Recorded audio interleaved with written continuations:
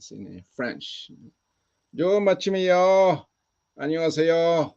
Korean. Ohayo gozaimasu. In Japanese. Let's go to Philippines. Magandang umaga mga kapatid. Imbag-agsapa tayo amin.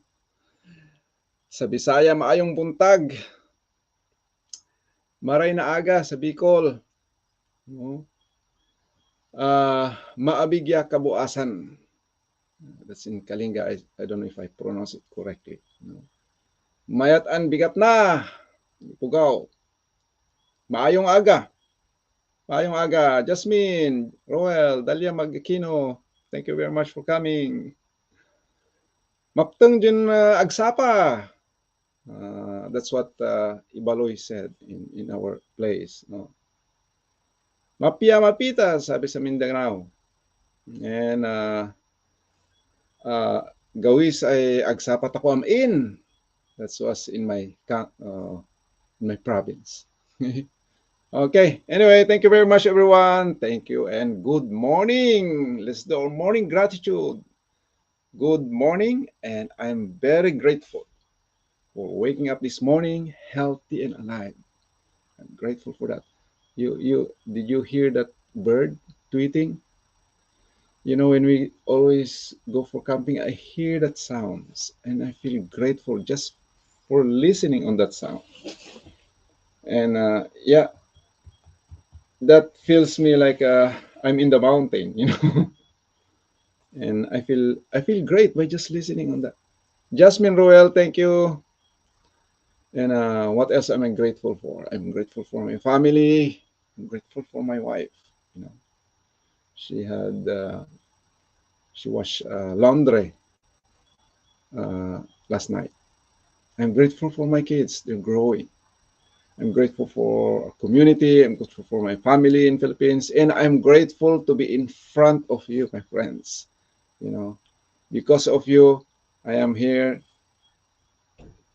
waking up this morning and healthy and alive, and expressing my gratitude because you know I have somebody whom I could share with, and that's good for me. You know, that's good for me. I have somebody whom I could share with. You know, sometimes if I just think of what I'm grateful for, there's not much effect. But if I have somebody whom I could share my feeling, you know, I feel good. You know, you have to share it. You have to say it. If not, you have to write it. You know, and that sets my mind and cleans my mind. You know, because sometimes when you wake up, there's a lot of things going on in our brain. Thank you, Jasmine. And we want to start the day with the right attitude of gratitude. And especially if you read something or some kind of inspiring, you know, if you want, you read the Bible, you read some inspiration. That's how you start the day. Let's start the day with the right attitude. So don't start your day with your worry or utang, your debts, or people whom you hate. Don't start the day like that. No. Start the day with the attitude of gratitude, by thinking of what you're grateful for. Abril RD, thank you very much. So that's how I want to start my day, always. And then after that, I look at the mirror. If I see I'm smiling, then mayroon akong good mindset to start the day. No? If I look at the mirror and then kasimangot or maybe something going on in my mind. No? So let's look at the mirror not only to check yung muta natin or yung face natin or do some makeup before you go out. Let's also look at the mirror, our internal condition. Okay? So that's all I'm grateful for today. I'm grateful for you, my friends. I'm so grateful. What's your favorite color? My favorite color is blue. Yeah. Okay, so let's proceed to our topic. You know, I would like to continue what I'm talking about yesterday, you know, which is about intermittent fasting. So why I go for intermittent fasting? Because for me, that's the cheapest way to take care of our health. You know, health is expensive. You don't know right now if you are healthy, if you are okay, but when you grow old at the age of 40, 50, or 60, you can feel those aches and pains. So if we did not take care of our body when we were young, we're gonna suffer for it, as time goes by. And uh, intermittent fasting is a must actually, and it's for everyone. It's for everyone, but our body is not conditioned to do it because of the toxic environment we have. Our stress affects the way we eat. Our environment affects the way we eat. You know, like for example, in Okinawa, Japan, Okinawa is one of the blue zone region where people live the longest. You know, what is their secret? Hmm. They have some, practices, but at the same time, they are far from fast food. They go to the market. They are locally grown food. It's naturally organic. They're eating naturally organic food. They also have this practice called Muay. Muay is they were paired to at least half a dozen friends for life, where they talk together, they help each other, since they were young. As they grow old, there's one group there, they've been meeting every Saturday. You know, their average is, I think, about 102. They're old ladies, but they keep meeting every Saturday. If somebody is missing, they look after this. Oh, how come this person did not come today? And as if they're by meeting every Saturday, that is just like their medicine. What builds in that relationship, what builds by just meeting every Saturday, they build connection. That connection raises the oxytocin in their body. Oxytocin makes us healthy. When oxytocin goes up, cortisol goes down. Cortisol is a stress hormone. Our body gets stressed. When our body gets stressed, we raise up our cortisol. And cortisol is bad when it stays in the body for a long period of time. So we raise up those oxytocin, that makes us healthy. And that this the body cannot release those hormones if we will not do something. We do that, we release that when we hug, when we talk to somebody, when we build the relationship, and by just patting your your cats or dog, that releases oxytocin also. So ang daming way na nakaka-release tayo ng oxytocin for relationship, anything that builds relationship. One moment, let me just check this one. Okay. Ah, wala na tayo sa topic tayo na one. But sa intermittent fasting. But uh, they also have this uh, saying that says ikigai, the reason why you wake up in the morning. What purpose? They talk about purpose of life. If you lose purpose, then you lose the energy, you lose the uh, motivation to live. Okay, that's why purpose is very important. Wait. Okay.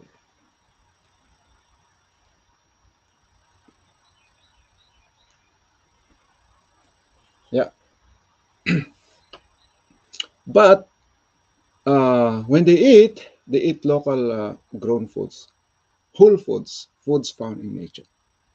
But also, I don't know if they fast, but at least they have that kind of environment. However, not all of us have that kind of environment. When fast food went to Okinawa, Japan, nearby, they're losing their longevity. They're losing, they're nasa-shorten yung life nila because of the mm, appearance of fast food in the area. Okay. So, kung ang area mo, maraming fast food dyan, maraming grocery, where it's very tempting, when you go. We always want to eat something new, right? Whether it's hurting us or not. And that's the big problem. Okay. So, uh, if that is your environment, it's good. It's not really good. We need a disciplined life. Kailangan mo ma-discipline ang sarili mo so that you can keep your health. No? And one way is fasting. No? We are living in a time where people are overeating. People eat 3 times, 4 times, 5 times, 6 times a day.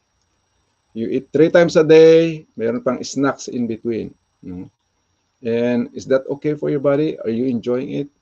Actually, you're making your body suffer. If you work 8 hours a day, it's okay, right? But if you work 12 hours a day, 16 hours a day, what happened? May stress ka, di ba? Our body, if you go for overwork, our body gets stressed. And you lose your health. Same with our body also. Stress na nga tayo, kain pa ng tayo, kain tayo ng kain. Our body is always, always digesting. No time to rest. No time to heal. That's the problem. So, fasting helps your body to uh, rest, to heal, and regenerate. Okay? Fasting is as important as sleeping, sabi ni Dr. Mindy Pels. So, if you sleep, what happened? You sleep because we recover. How important sleeping is? It's very important, right? It's very important. Same as true with fasting. Fasting is also important, and it's been a practice for many years, no? Way back 2 million years ago, where our ancestors are still living in a cave. It's not always they don't have fresh. It's not always uh, they. It's not that they always have food. No, there are times that they don't have food. There are times that they have food, and actually, it's good for them. That's why there's a history that they said because we survive because our ancestors are like that. No, our ancestors who live uh, who live on a place where there's always presence of food, no? And after some time that they run out of food, some of our ancestors they go from one place to another where they go where the food is, no? But if they live in a place where after some time they run out of food and they live for many days they don't have food, and then those ancestors died, you know? And those ancestors who still alive without food, their genes, their lifestyle become, a natural fasting, intermittent fasting. There are times that there's food, but there are times that there's no food. And that's okay. You know, that's okay. That's good for our health. Abrilardi, thank you. Oh, Jasmine Royal. Let me go use some jacket. How can I give you a jacket? I'm sorry, Jasmine.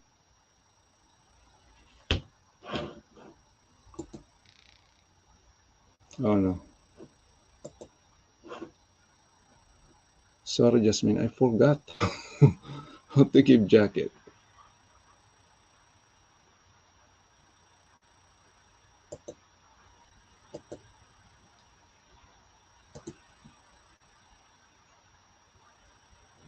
I'm sorry, Jasmine. I have to go to YouTube later. Maybe I will do it next time, okay? But thank you, everyone. Thank you, thank you. So, yeah, That's how important fasting is. No? Very, very important that we are doing fasting every day. No? So fasting for 12 hours is not, ano, it's not difficult, di ba? Because you sleep anyway. Itutulog mo rin lang eh. Why not you delay a little bit your breakfast? If you, or you eat earlier also during dinner, 6 o'clock, tapos na. And then you can have dinner, breakfast at 6 a.m. That's 12 hours already. You know? Already good enough na your body will go for ketones, but at least 13 hours. If you fast for 13 hours and up, that's better. Anyway, I will talk about fasting for women this time because fasting for women is different than men because of hormones. For us men, we are governed by only one hormone, testosterone. But women were governed by at least 3 to 4 hormones, progesterone, estrogen, and testosterone. Jamilo National! Oy, jacket. Walang jacket dito sa Facebook. Kumusta, Jamilo? Kumusta, Maynard? Walang jacket-jacket dyan sa Facebook. sa ano, sa YouTube. So, wala dito. Okay. So, anyway, let's continue. Nakawala ako sa inyo eh. Saan na tayo? Ayun. Yung fasting for women is different than fasting for men. That's what I'm saying. So tayo, sa mga lalaki, testosterone lang, and that we release testosterone 24 hours a day, every 15 minutes, we are releasing testosterone. But we release more testosterone if we do fasting actually. Even 13, 15 hours, that's already good enough. Testosterone is not only for our libido, it's for motivation and drive also. Kaya pag nagfa-fasting ka, nagkita kami ni Julia, oh, really? Oh, thank you. Pag nagfa-fasting tayo, mga lalaki, mas malayo tayo sa stress. Mas na-relax yung katawan natin. Mas inspire tayo to do something. Because that raises our testosterone. Pag women naman, mayroong time na maganda ang fasting, mayroong time na hindi maganda ang fasting. Especially sa mga babae na mayroong period. Okay? So, from day 1, yung period ng babae, from day 1 to day 10, your body is releasing estrogen and a little bit of progesterone. So, that's good. And estrogen, progesterone, ayaw niya ng stress. Ayaw niya ng cortisol. Gusto niya relax ka. So you release those one if we do fasting during that time. 13 hours, 15 hours, that's a good way to fast. That's according to Dr. Mindy Pels, who study with different doctors about the importance of fasting for women. And, especially sa day 10 or day 10 to day 11 to day 15, still you can fast, but not longer, at least 15 hours. But, that's the time that you can break estrogen. Pero still, good time na nagre-release yung body ng estrogen, progesterone, and testosterone, day 10 to day 15. So fasting is okay until day 20.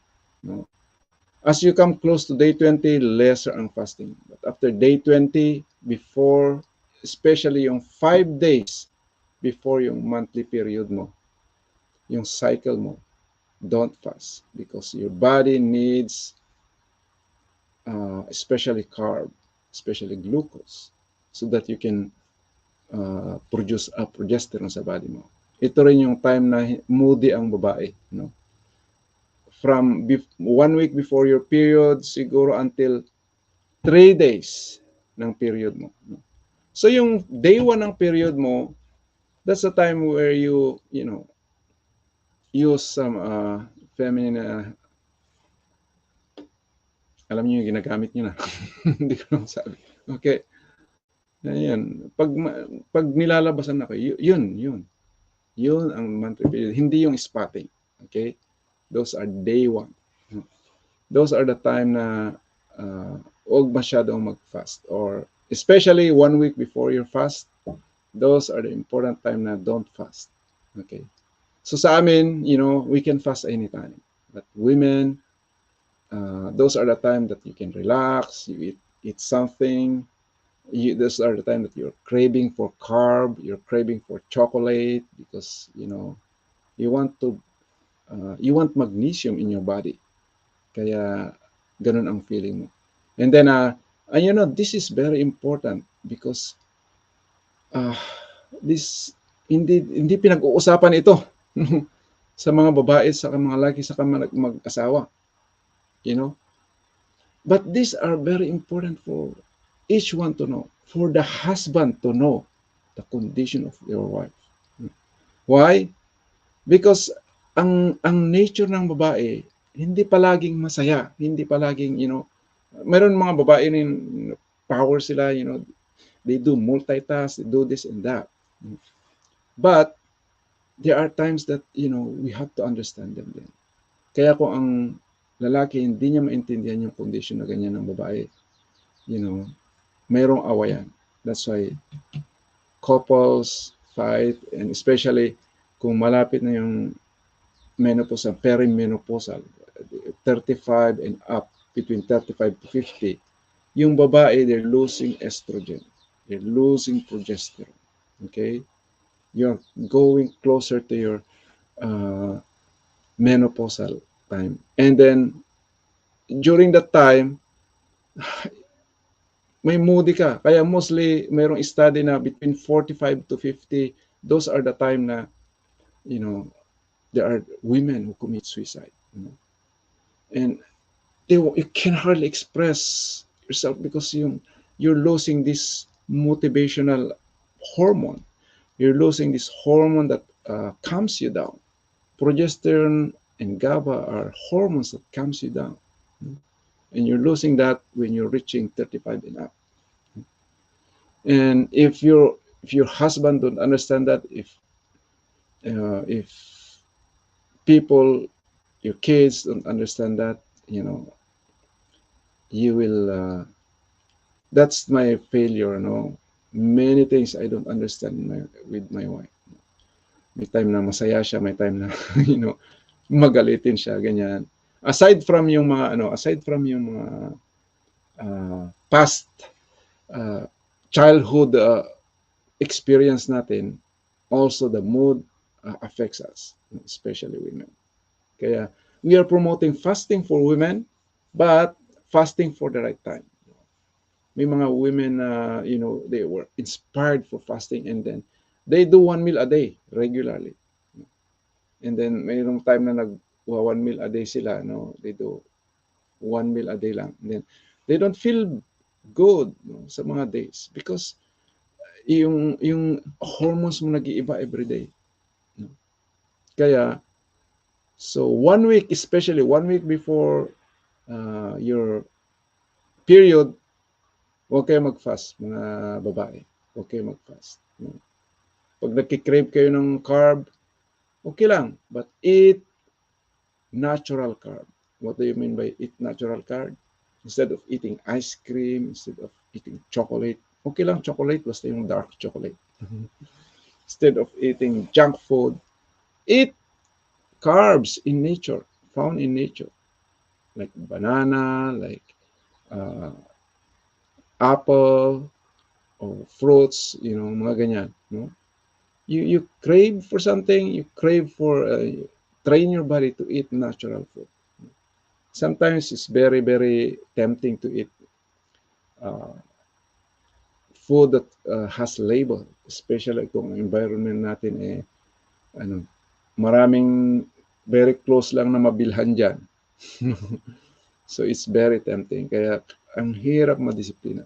Very toxic talaga ang environment natin. Kaya we have to take care of ourselves. And one way to take care of ourselves is fasting. Fasting. Because fasting, your body has time to heal. So if you fast for 13 hours, already good enough. But if you can do more than that, 14 hours, 15 hours. Yesterday, I just, at least 1.5 day, uh, 38 hours fasting. And I feel good. Noon, gusto ko lang i-try. But I feel good when I'm doing it. Kaya nakakatipid na. You spend less time cooking or preparing food. But you also save money and save time. You know? So, to be unhealthy is expensive also. To be unhealthy is expensive. What do you mean unhealthy? If you eat 4 times, 5 times, 6 times a day, especially tayo mga Pinoy na kagawin na natin ang rice. It's normal to eat rice. Ang hirap kong in-overcome ang rice actually sa buhay ko. It's so difficult not to eat rice. But I overcame it. Ulam na lang kinakain ko. And then ang rice ko gulay. Okay. And I'm happy doing it. Alam mo, kahit isang butil na lang na rice ngayon, dahil sometimes I want to eat the leftover food of my kids. So, nakahalo yung rice ganyan, nililinisan ko kahit isang butil lang. Ayoko nang kainin. No? Sanayan lang, my friends. And then also, kung di man tayo nagra-rice sa morning, nagbe-bread naman tayo. Bread are refined sugar. I think I forgot. Yung isang loaf bread, yung isang piece lang, slice ng bread, I think about katumbas ng 5 teaspoon of sugar. That's how. Sugar is our problem actually. We're eating too much sugar. And if you're eating carb, automatic there's sugar in there. There's sugar. Table sugar, there is what we call glucose and fructose. Glucose is okay. The body, every cell in the body can metabolize that. But fructose, no. Only the liver can metabolize fructose. Kaya pag kumain ka ng sugar, half is fructose, half is glucose. And then yung fructose directly pupunta sa liver. And the liver transform it into fats.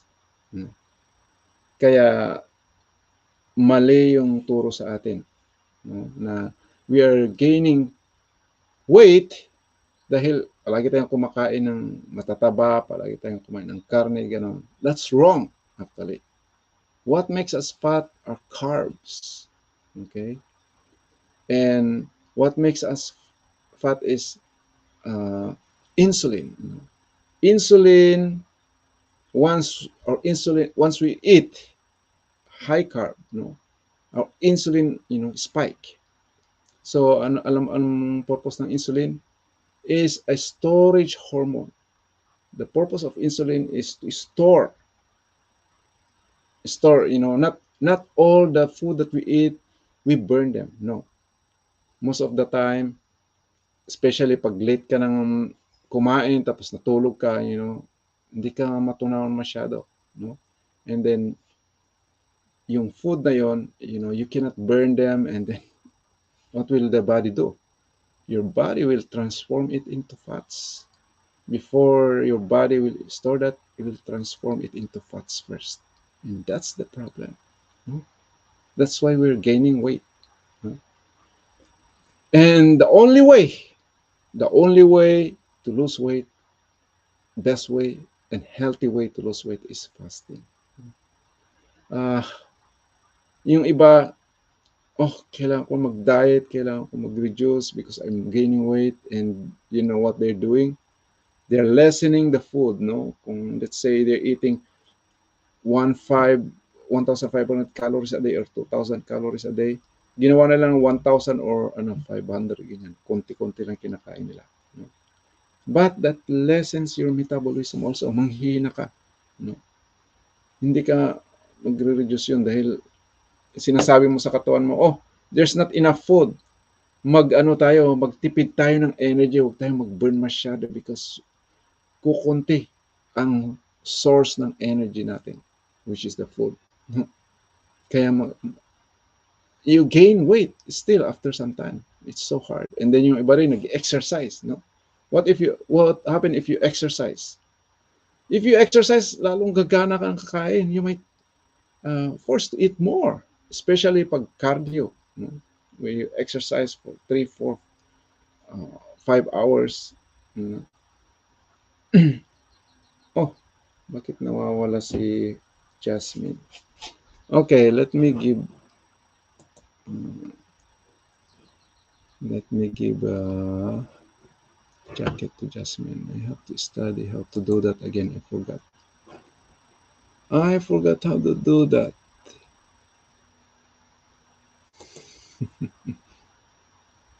Wait a minute.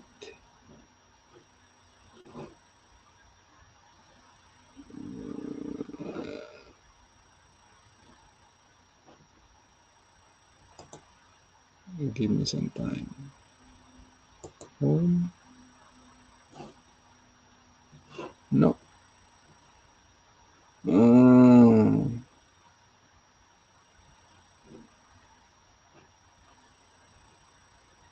Anybody, nakalimutan ko lang mag-ano sa YouTube.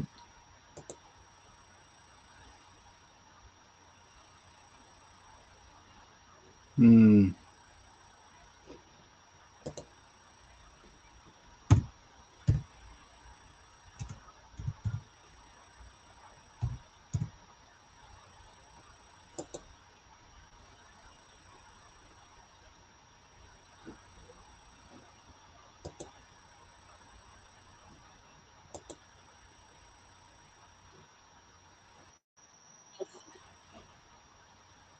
Wait a minute. Ayun. Let's see. Yep, I got it. You are now a moderator, Jasmine. Sorry about that. Okay.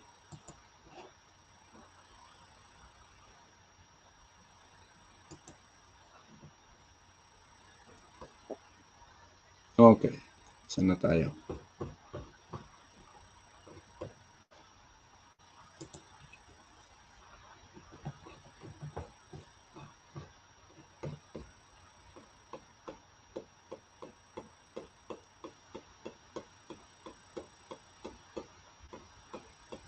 Okay, so before we proceed, let me tell you something about fasting sa mga women.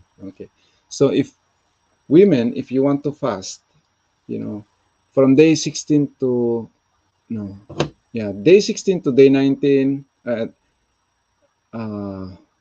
sandali, sana yung, yeah, from day 1 to day 10, you can do any type of fasting. From day 11 to day 15, at least 15 hours of fasting. Yun yung ovulation time, no? Nag-ovulate ka, you're building eggs and then you're about to release egg. And then day 16 to day 19, you can do any type of fasting. But day 20, up until before you have uh, uh, cycle again, no fast. No fast. Okay? Yung mood mo, you are now creating progesterone during that time, you should not fast. It's very important not to fast because that's the time na you need glucose actually. You need glucose. But when you eat glucose, you get it, you get your carb from whole foods para hindi you don't hurt your body because carbs that is found in mga food na may label Hindi lang carb yan, maraming bad oils, maraming preservatives, maraming toxic. No?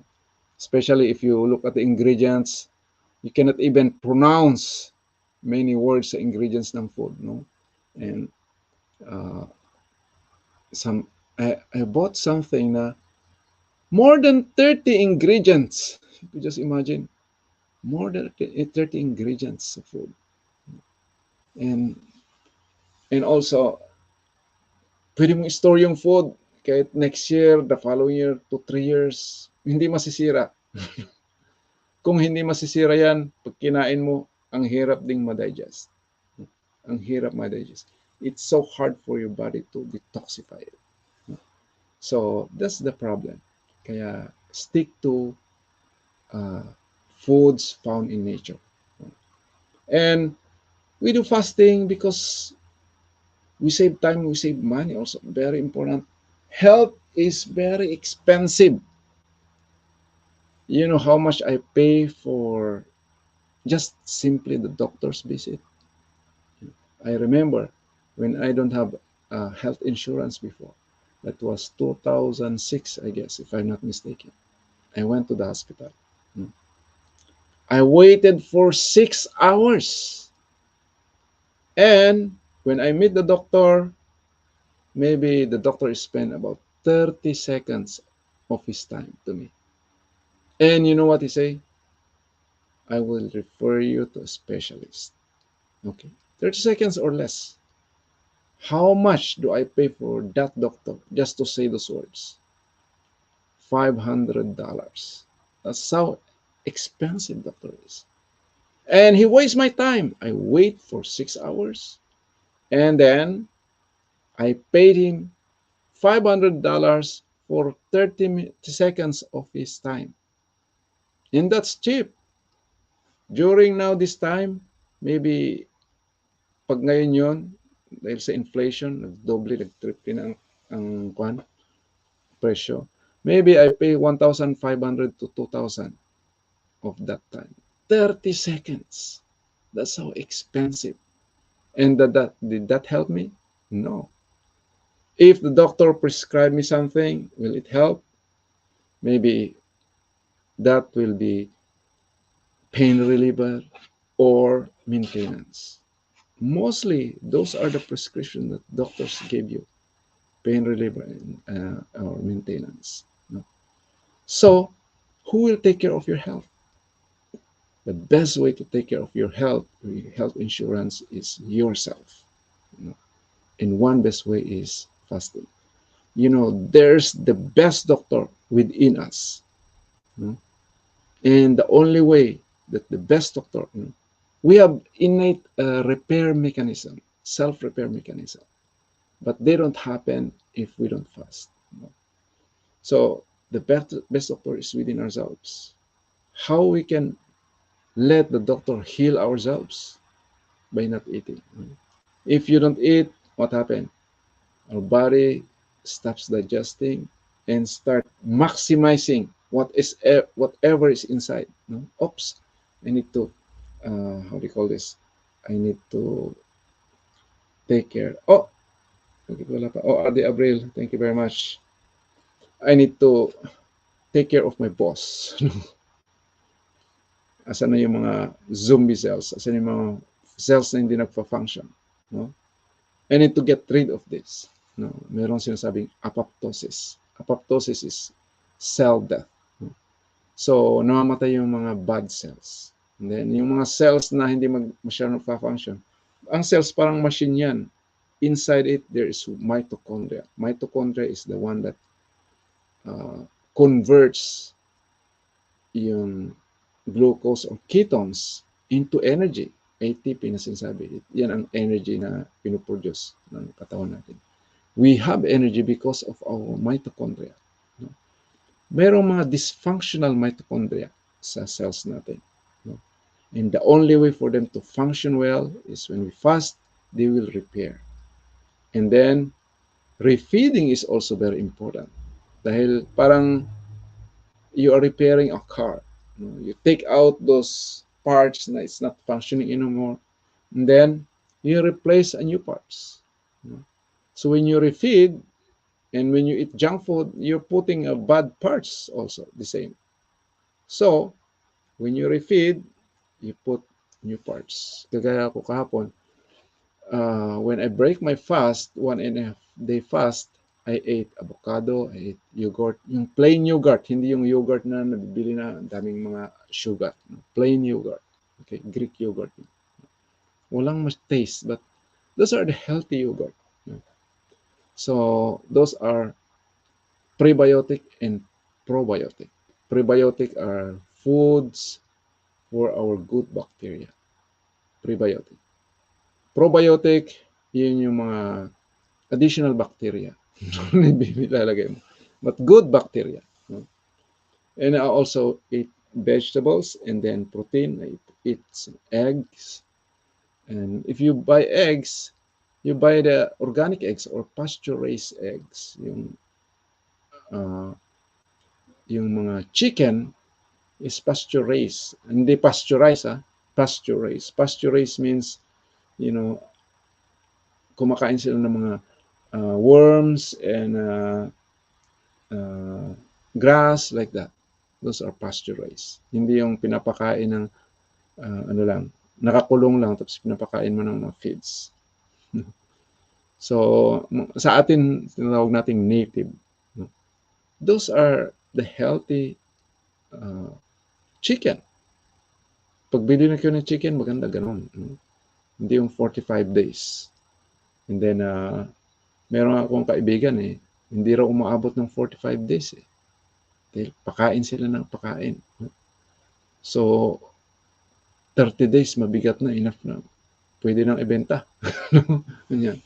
So, mga quick way of raising animals make quick money, but it's not healthy for people. It's not healthy for people. It's fast way to make money, but it's not healthy for us. Kaya, pag nagmi-meat tayo, hindi masama ang meat. But, choose yung grass-fed meat. Pag baka, yung mga organic grass-fed baka, grass-fed, grass-finished, especially say grass-fed, grass-finished. It means they raise this cow since childhood until kinatay nila. Ano lang, doon lang kumakain sa labas. Pero pag yung baka yung pinapakain ng grains, mga corn, mga feeds, parang ano rin, parang kumakain ka rin ng ano ng ultra processed food. Parang ganun na rin. Pero still better than ultra processed food na maraming label, may label diyan, yung mga nakapack. So, still better than eating those ultra processed food. Okay. So, take care of our health by not eating all the time. This is one thing I want to tell you. There are people who die of overeating. Many people die of overeating. But no one died of not eating much, like eating 15 hours a day. Unlike, of course, Africa, na talagang, they didn't eat for several days. Those are starvation na talaga, malnutrition. Pero yung hindi ka kumain ng 13 hours, 15 hours, even 1 day or 2 days, walang namamatay dyan. I'm sure if you fast, you will suffer. If you don't fast before, once you do 13 hours, 14 hours, you will suffer. But those are momentary, because anything that you do, your body will adjust. Okay, your body will adjust.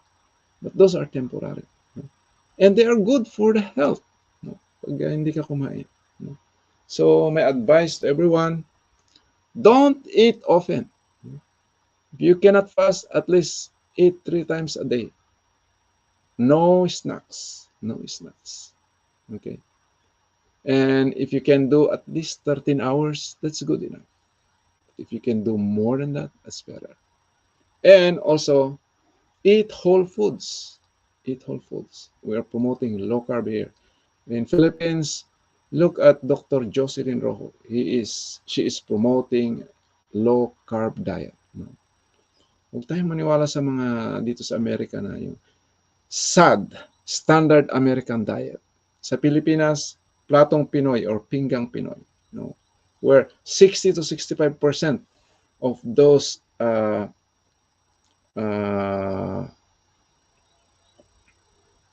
how do you call this? Of those that is given to us, by the American Heart Association, 60 to 65% are carb. Low fat sila. Low fat. The number one, because they believe that our number one source of energy is carb, which is not. The number one best source of our energy is ketones coming from fats. Okay, ketones. If your brain use ketones, you think better. You can function better, rather than carbs. Okay, so if you eat lechon with rice, it's bad. If you eat lechon with other carb, it's bad. But if you eat lechon only, it's okay. Especially grass-fed pig. If you eat, let's say, yung beef or yung burger, pag burger kayo, hindi nyo maiwasan ang yung burger na lang kainin, wag na yung bread. When we went to In-N-Out here, meron yung burger na in order ng misis ko na ang balot niya hindi bread, lettuce. Ganun na lang. Wala nang french fries, wala nang coke. It's too much for the body. The body, we're living in a time na we are eating too much that the body cannot handle anymore. And then after some time, nagmamanifest sa katawan natin, nagmamanifest sa nararamdaman natin. So, especially yung mga diabetes, of course, talk to your doctor. So these are advices, purposes, and for information purposes on sleep. It's best that you are guided when you do fasting. But para sa akin, I do my own. And of course, at first, dahil marami kang mararamdaman pag nagfa-fasting ka. You experience keto flow. You know what is keto flow? Punta ako sa uso po yun yung pinaka-buns niya, lettuce. Yeah. Alam niyo na pala yun. Maganda yun.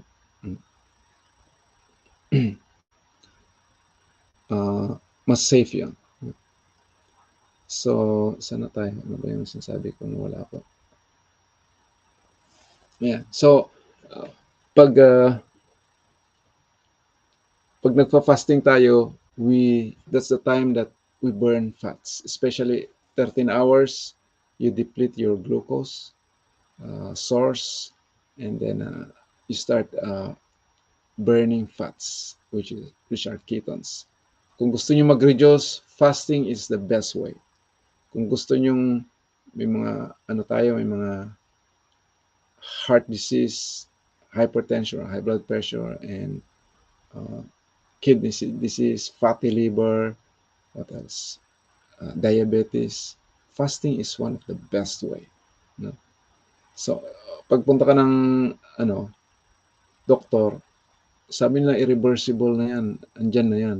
I-maintain lang natin yung blood sugar mo. Huwag tataas masyado. Kaya take ka ng metformin, Jardans, glipizide, and whatever, medicine na pampa-maintain para lower lang yung blood sugar mo. Pero what happened? Yung A1C mo hindi nagbabago, tumataas pa. And then yung iba na nag-i-insulin, bumababa yung A1C nila, pero hindi sila gumagaling. Bumababa ng A1C, pero hindi gumagaling pa rin. That's the problem for maintenance. And also, mayroong mga side effect. So you spend money, your body suffer because of side effect, and you are getting worse. That's the the thing. No? And of course, nami-maintain mo lang na hindi masyadong tataas yung blood sugar mo. Pero ano bang solusyon talaga pag may ano ka? Bakit tayo nagtitake ng medicine? It's because your glucose is high, your insulin is high. And there is reason why your insulin is high, why your glucose is high. Because we're eating too much carb. So kung yun pala ang reason why our insulin and glucose is high, then carb ang iwasan natin. No?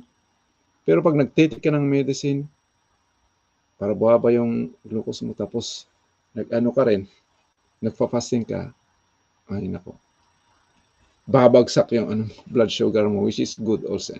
It's not good then. No?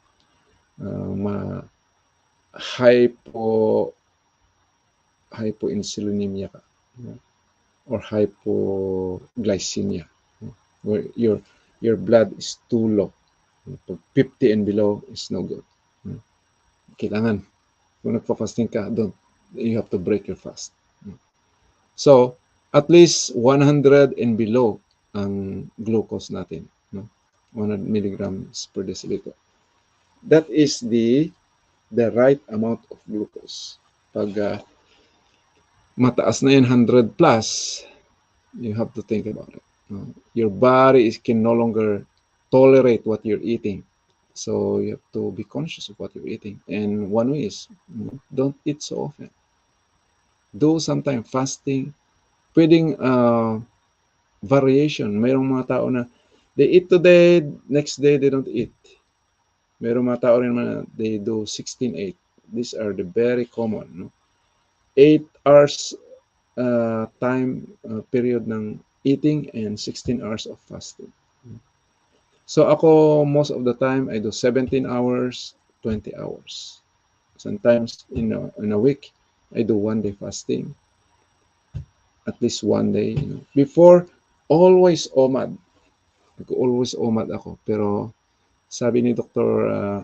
Mindy Pels, maganda rin na alternate. You know. Sometimes you eat, especially for women. No? It's no good that you fast all the time. Especially pag 1 week before your period, it's best not to eat. It's best to eat, you know. It's best to eat. No? And maybe next time I'll talk about the importance of what do you call this? The importance of relationship. How men, talagang mga husband, maganda malaman natin to, so that we know how to deal with our wives. Because for me, ito ang reason of misunderstanding namin before. I couldn't understand women. Pero, man, you have to understand yung mood ng asawa natin. They are not always okay. And we have to understand that because they are governed by hormones, progesterone, estrogen, and testosterone. If we are aware of that, pag wala sa mood yung asawa natin, walang power na do something or that, you know, we help them. We let them relax. We don't pressure them. You know? And women, before 1 week before your period, these are the time now, don't do too much. Those are the time that you can relax. If you go for vacation, if you want some time for relaxation. Now in Spain, I heard that they were given a 3 days break during their period, yung 1 to 3rd day period. But according to Dr. Mindy Pels, the best way na mag-break ka is 1 week before your period. That's the best way. Nakagawian kasi natin na, mainit ulo niyan dahil may period siya. Pero mas mainit ang ulo niya 1 week before yung period niya. No? Kaya if you do it right, if you do relaxed thing, you know what happened?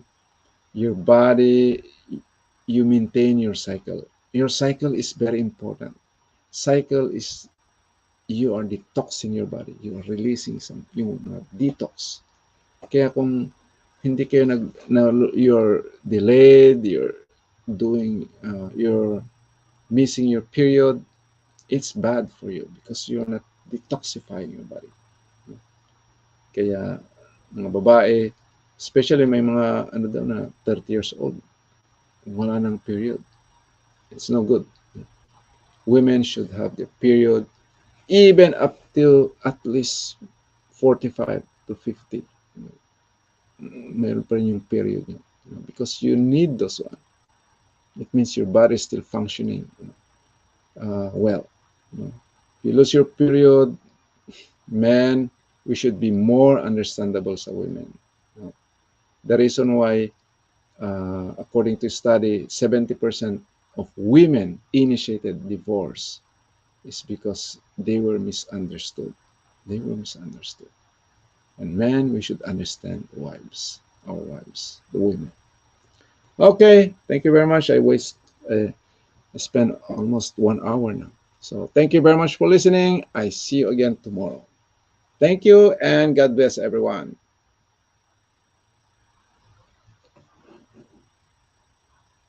Thank you, Abril Ardi. Thank you.